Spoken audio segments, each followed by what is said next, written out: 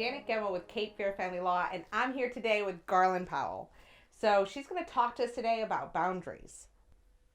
When you see people who are in such high conflict, that the first thing you're thinking about is, okay, where can we put the first boundary? If they're having problems putting those boundaries down, what's your first step with them? My first step with them, I would say, would be putting a boundary of safety down and a place where they stop and think before they react. How much time are we stopping and thinking?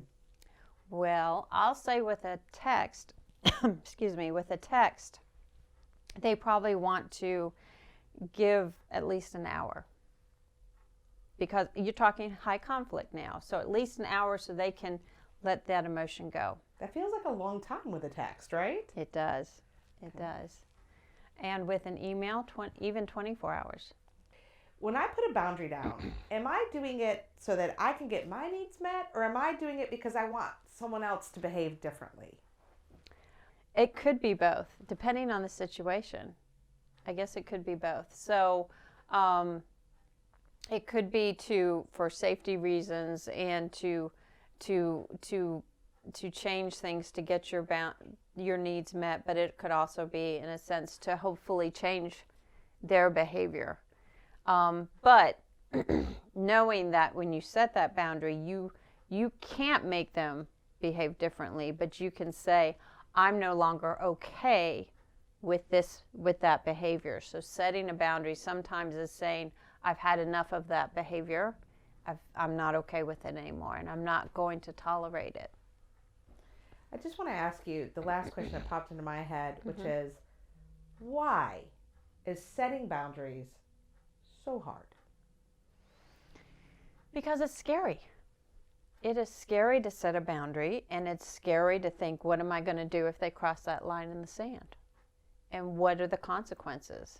And knowing that it could lead to separation, it could lead to having to leave the house when I've got no place to go. It could lead to not knowing what to do next. Showing up on somebody's doorstep, going, I need a place to stay tonight. I've set a boundary, and it's not being complied with, and I have to take action, and I fail. And I do it over and over again. Yep. Am I ever going to be successful at setting a boundary? You can be, absolutely. Okay. You can be. But again, it takes practice. Just like when we were young and we started walking, we didn't just stand up one day as an infant and start walking. We fell down a lot. And so learning how to do this takes a lot of practice. So when a client says to me, Janet, I can't do that. I can't set that boundary and tell them, nope, you've got to take care of your own laundry, or whatever the issue is. Right. That's up to the client to deal with their counselor. Yes. Is that what you would say? I would say so, yes. That's a good place to start. No, I guess I always tell my clients to just not respond when they're angry. Just like they say, don't go grocery shopping when you're hungry. So don't respond when you're angry or when you're in a place where you can't give it your full attention, and to really think through and think about what you're communicating and what you're trying to communicate, and is that what you're communicating through email, through text, even through conversation. And if it's not a good time, say, I'll get back to you. How do you teach somebody not to react? Like, why are they reacting? They're reacting because it's hot. They have lots of emotion. They feel very strongly about this or that. So they're reacting. If there's kids involved, then they're reacting because they want what they think they know what's best for their kids, and they might, but you can't make someone else believe the way you do. So trying to pull the emotion out of it, which is a hard thing to learn to do, and try to reason and say, okay, so this is my goal. So how do I convey that without emotion, without saying, in the past you did blah, blah, blah. Don't bring up the past. Stick to just just the one topic. That's very important, not to bring the kitchen sink into it, but just stay on the one topic. And if it starts to veer off, again, that's a boundary. No, we're just talking about this. Yeah, but I want to talk about blah, blah, blah. No, we're just talking about this. If they can't do it, then you just stop talking. Why do people bring up the past so much? This reminds me of the last week when you did the same thing, or you did something similar but not the same.